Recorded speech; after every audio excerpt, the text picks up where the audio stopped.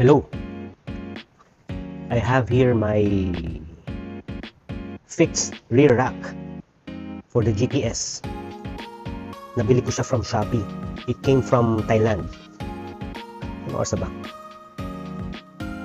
5 p.m. in the afternoon. Feeling mekaniko ako ngayon. Dalawa lang naman yan, mekaniko or siraniko. I hope it's the first. We'll try to fix this rear rack sa aking GPS and hopefully maikabit ko rin yung top box ko. Lipat lang tayo dito sa ilalim ng ilaw para maliwanag. Initially, I was looking for a folding rear rack. Parang ganito. This is original Piaggio. Wala akong mabiling ganon and I'm specifically looking for a black color. So, locally may nag-o-offer ng fixed rear rack na made to order. Pero medyo pricey siya, nasa around 7,000 to 8,000. Nagtanong-tanong naman ako sa ibang sellers or shops. Wala namang available for the GPS, so walang stock. So, buti na lang may nakita ko sa Shopee. It came from Thailand.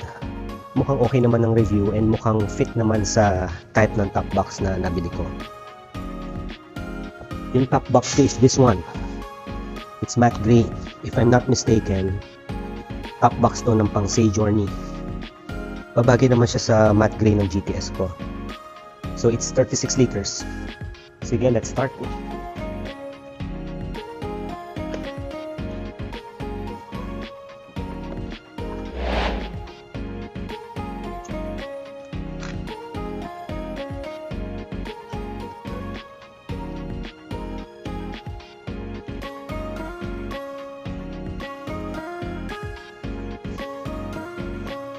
Kasing size ba sila?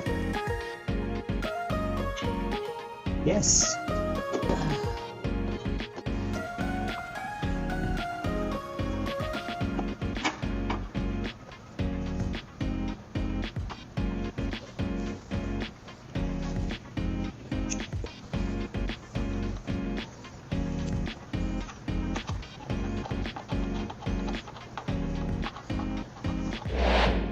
So, hello.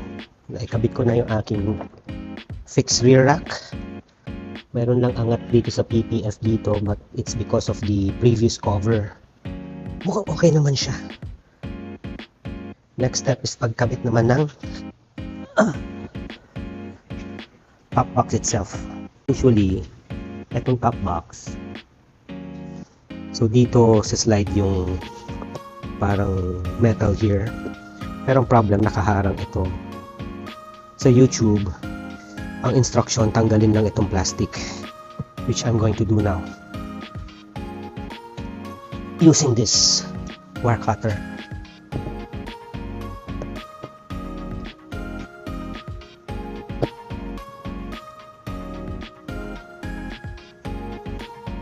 Madali lang tanggalin itong plastic na to using this wire cutter. Hindi mo siguro kailangan tanggalin yung bilog. Tingnan natin, pwede na.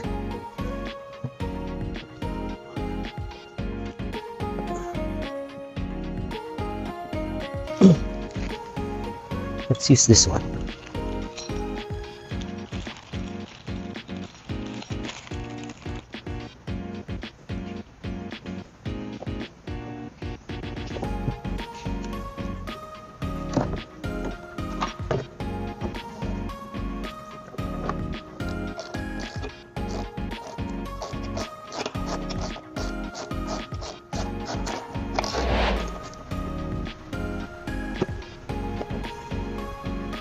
Hindi siya nakakabit eh.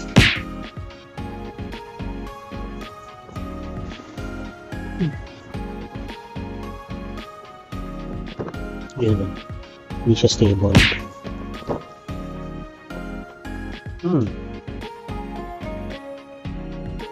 Siguro I need to refit yung rear rack.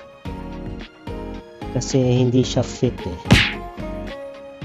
Dumudulas siya dun sa pagkakasabit niya. Yan. See? aalog-alog siya. So, hindi siya perfect fit. So, para sigurado, I need to put back the original grab handle na lang, or will ask someone to check yung ginawa ko. Tama na eh, kaso hindi siya talaga fit na fit. Lumudula siya. Okay na siya, pero hindi ito ang hindi maayos. I guess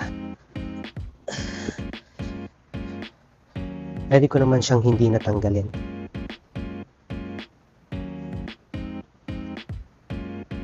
Ito ang problem, hindi siya tugma. Baka kailangan dagdagan. So, di ko muna siya tatanggalin. Back to the drawing board muna tayo. Baka naman magagawa ng remedyo. Baka papafabricate ko ulit. At least nandyan na yan. Let's see. Tatanggalin na lang ulit siguro. Pero siguro hayaan ko na lang muna dyan. So, thank you for watching my failed installation of my top box. So, that's what you get when you buy yung hindi original fixed rack for the Vespa. Oh yes! We'll give an update na lang kung sakaling magawan siya ng remedyo or kung ano man ang maging solusyon. Thank you for watching.